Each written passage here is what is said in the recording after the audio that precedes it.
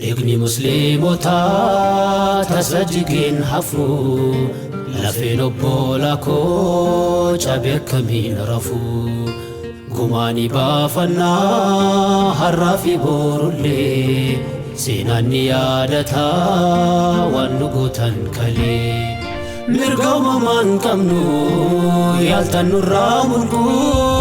silaa kaayyoon keessaan islaamummaa haqu nama hedduu yaalee dacheerra balleessu